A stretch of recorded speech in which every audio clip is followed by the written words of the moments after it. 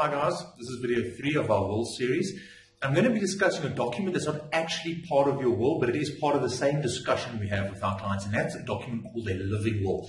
Now, where a last will and testament is an absolute necessity, in my opinion, for every person to have, a living will is a personal choice. And a living will is a document in which you describe your wishes, what you want to take place in the case of you being unable to make decisions for yourself while still alive.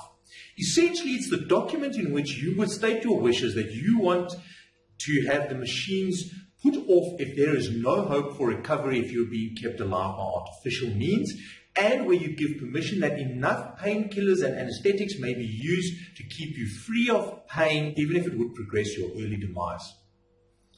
Now, this document serves an important function in that it takes that very difficult decision away from your family members who would have to decide at that point in time. And I've come across cases where no document like that was in place, and the family member that had to make that decision always felt guilty after the fact, being unsure if that was the right decision to make. Whereas if you have clearly stated wishes for that eventuality, it makes that burden a lot less cumbersome on the person left behind.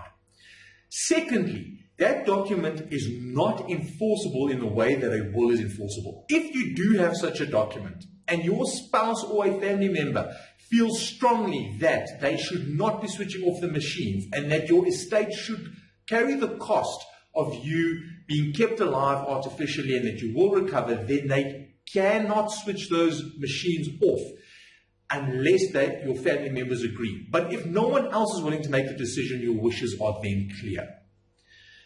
I recommend everyone have this document because if a situation arises where someone is unable to make the decision, having someone on life support can essentially bankrupt an estate and can leave the dependents in severe financial stress and poverty.